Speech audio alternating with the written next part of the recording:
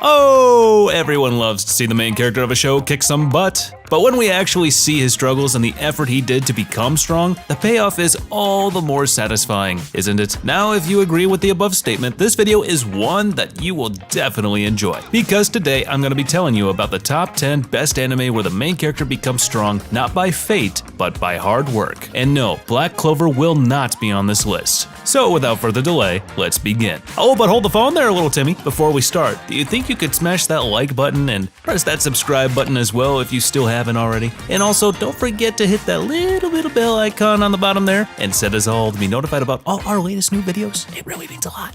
Anyways, starting off our list, we got one of the more recent shows, Ayaka, A Story of Bonds and Wounds. Now, this one is quite true to its name, with the story exploring the relationship between four young men in rather super extraordinary situations. Well, all of these four may have been the main character, but as the law states, there can only be one. So, the main character of the show is an orphan who's swept up in a whole new direction when he meets one of his pop's disciples. From there, the dude sets on his journey to various mystical places throughout the show. And when I say mystical, don't take it lightly. There are freaking dragons in this world, and the main character uses the so-called magical abilities that this world has to offer and even learns how to freaking waterbend. But while in this environment, our dude learns to control his powers and, as usual, has to protect the peace of the world. Up next at number 9, we have The Hidden Dungeon Only I Can Enter. Now, even though the name suggests so, this anime is not an isekai, but rather a typical fantasy anime. But the only thing not typical is the main character of the show, because he is not your typical overpowered dude killing monsters. Even though he is from a noble family, he is basically the Maki of the family from Jujutsu Kaisen. Always suppressed, tortured, ignored, and treated like absolute trash. However, he possesses a rare yet powerful ability to communicate with the Great Sage, an oracle who grants the main character the answer to absolutely anything. So basically, he is your typical chat GPT. So at this point, the main character decides to join the Hero Academy, but he knows he must become stronger to enter the institution. The chat GPT advises him to explore a hidden dungeon deep within the mountains. And there he just happens to meet a really hot Hey, how you doing?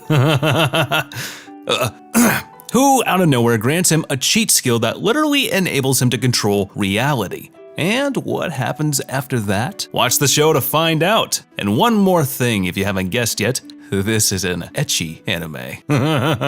And coming in at our 8th spot, we've got Dragon R Academy. Now, if the previous one is an ecchi anime, then this one is the same. Maybe I should have changed the title of this video. But in any case, you may ask what the show is about exactly, and let me get you hyped when I say dragons. It's full of dragons, and almost everyone can ride them, aside for one person, that is. Yep, it's the main character. But one day, the dude's dragons turn into a bunch of waifus. And what is better, worse than this? Well, the girls declare themselves as the master and the main character their servant. So this is a generic harem fantasy story where the main character slowly becomes stronger through some battles and learning about his dragons. And if you are just dying to know about the etchiness level of the show, then the answer is pretty high.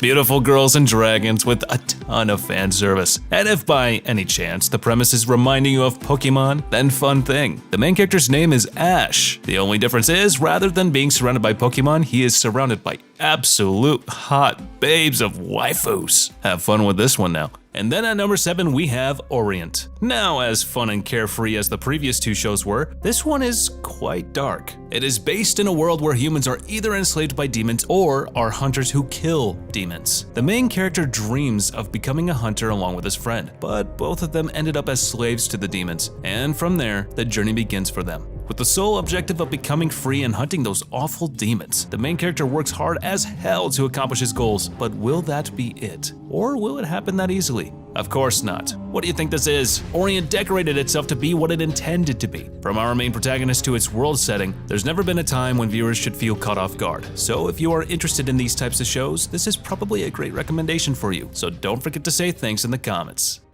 After that, at number 6, we have Bento. Yes, we are finally back to the fun times because the premise of this paper show is freaking hilarious. Let me explain. Suppose you are in a supermarket and suddenly the bentos present there go on a 50% off sale. What would happen?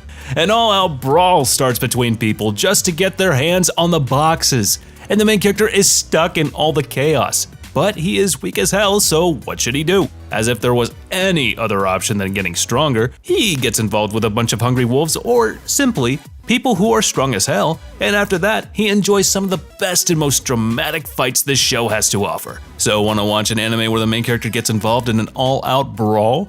Watch this one.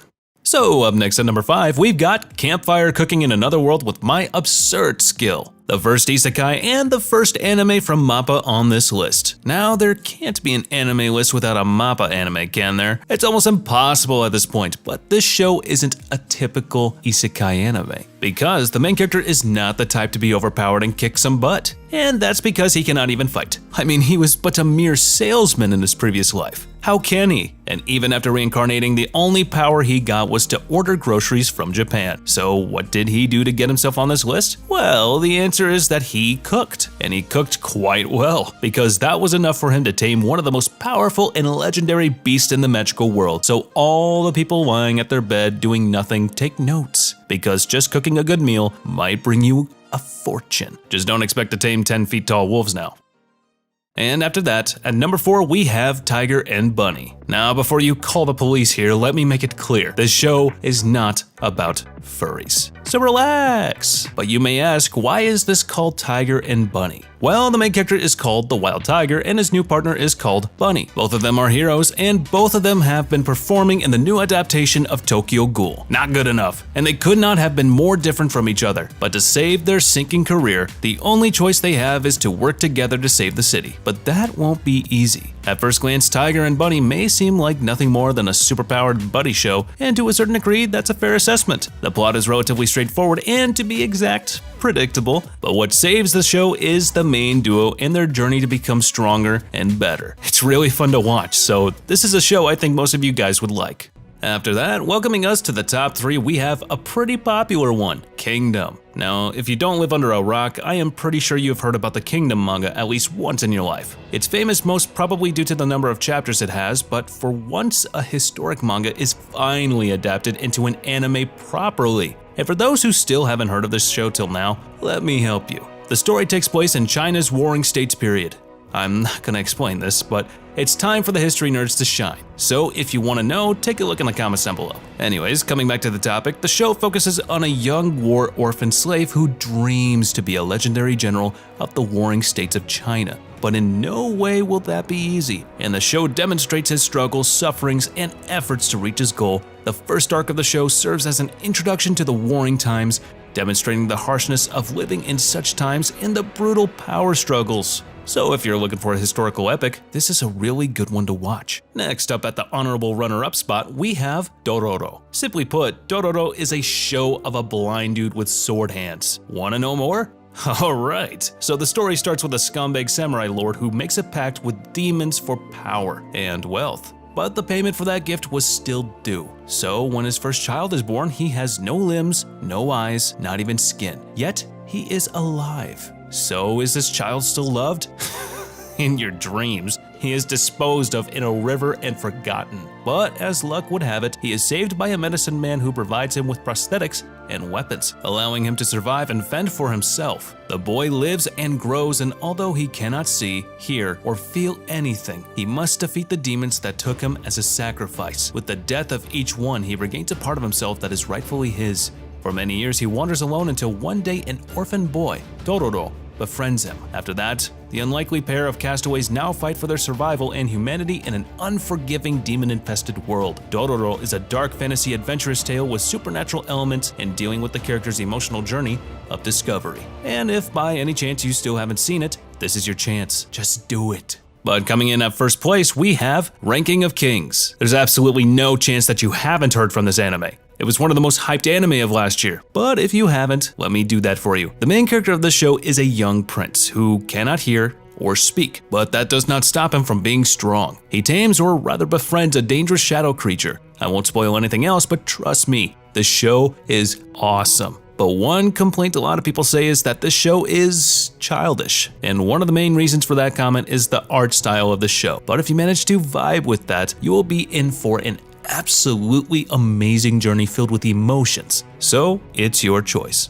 Well, looks like that's the list, guys. If you were able to make it this far, please be sure to comment on which shows you have watched before or which shows you're gonna watch. And tell me if I should have added any other anime befitting the title. I will be sure to check it out. If there are too many, who knows? There might be a part 2. And also be sure to press that bell icon and set us all to be notified about all our latest new videos. And don't forget to hit the subscribe button. I mean, haven't I worked hard? Come on. Come on, come on, come on. But in any case, as for now, I'll catch you later. See you in the next one.